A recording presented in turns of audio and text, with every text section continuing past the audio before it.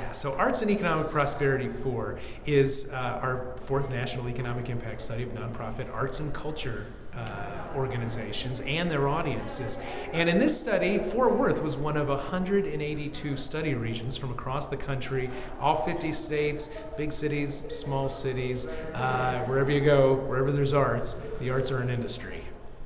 And what we did is looking at, again, just nonprofits. So we didn't include motion pictures or for-profit galleries, all an important part of the arts sector, but not part of this study. And we looked to see how spending by those organizations and their audiences benefit the Fort Worth economy. What we found is that $84.4 million of economic activity was generated in 2010. 39.2 of that was spending by the organizations themselves. And that's a mythbuster for a lot of folks. We love the arts, they delight us, they inspire us, they help shape the communities that we want to live in.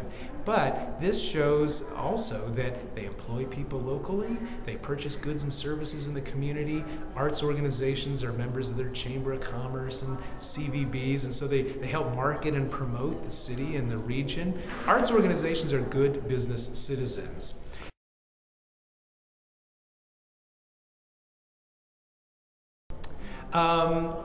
Well, I thought I was impressed with the $84.4 million generated. The $84.4 million supports 3,011 jobs in the community, not just at arts organizations, but community-wide. I thought that was a very strong number and generates $11.2 million in revenue to local and state government.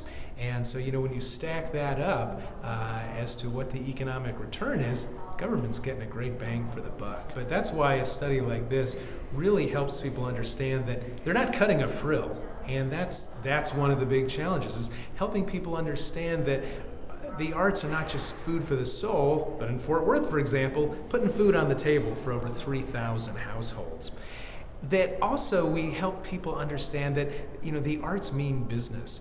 We did over 500 audience interviews where we asked attendees at arts events, how much did you spend related to the event that you're attending on meals and parking and babysitting and the like. The typical attendee, about $17 per person per event, not including the cost of admission. And here's what I thought, an additional number that I thought was very strong. We asked all of those people we interviewed for their zip code, because we wanted to find out, do you live in Tarrant County, which would make you local, or are you from outside the county, non-local? 24% of the attendees from outside the county. And, as you'd expect, they spend a lot more. They average $29 per person. So it starts to show that arts and culture is this product, and when we invest in that, we not only get a better quality of life, but we're drawing people to the community, and they're spending money.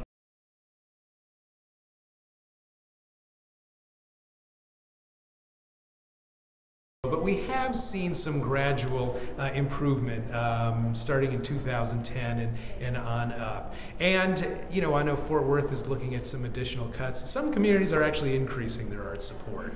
And the U.S. Conference of Mayors just had their annual conventions where, 1,000 mayors of our biggest cities get together. And they unanimously passed a resolution that said the U.S. Conference of Mayors urges mayors across the country to invest in the arts. It's good for jobs, it's good for tourism, improves quality of life.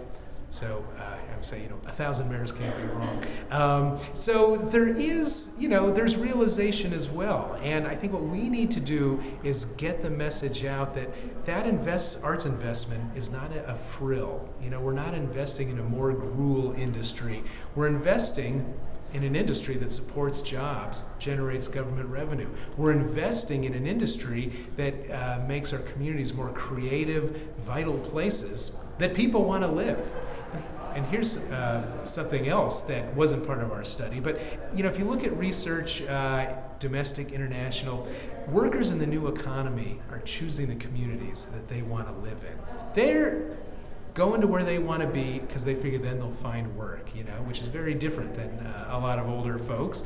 And again and again, creative, culturally vibrant communities is what they're looking for. Right. And if that's where the workers are, businesses are the ones that are going to follow.